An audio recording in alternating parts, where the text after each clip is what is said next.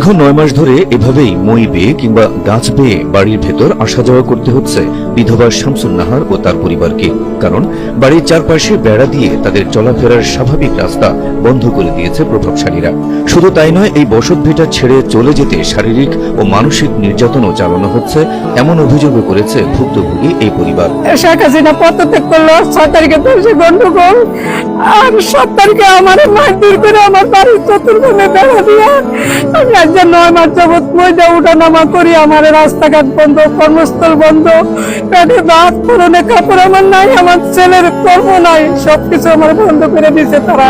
আমজাদ হোসেন, নুরুল হুদা, কারমিন শেখ, ফরিদুল ইসলাম, তারপরে বাবলু, এরা মিল্লা, সবাই মিল্লা আরো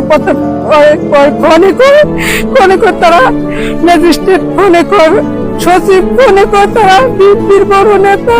ঘটনাটি গাজীপুরের শ্রীপুর পৌরসভার কেওয়া পূর্ব খণ্ডের সচিব গেট এলাকার।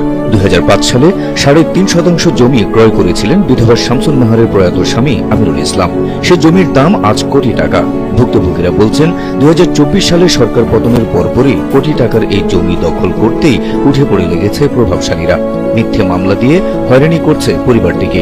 বেড়া দেওয়ার আগে আমাদের নামে একটা মিথ্যা মামলা দিছে, মিথ্যা মামলা দিয়ে তারপর তারা বেড়া দিছে, বেড়া দিয়ে যাতে আমরা এই জায়গাটা ছুঁয়া পলা যাওয়া লাগে। আমরা 8-9 মাস যাবত মিথ্যা মামলা ভোগান্তি হচ্ছি, 8-9 মাস যাবত এইভাবে কষ্ট করতেছি। চতুর্দিকে আমাদের কষ্ট, কোনো জায়গায় কোনো সমাধান পাচ্ছি না। টিএনও স্যারের কাছে গেছি, থানায় অভিযোগ করছি, পরে এসিলেন্স স্যারের কাছে অভিযোগ করছি, কোর্টে মামলা করছি, কোনো জায়গাতে কোনো সমাধান পাচ্ছি না।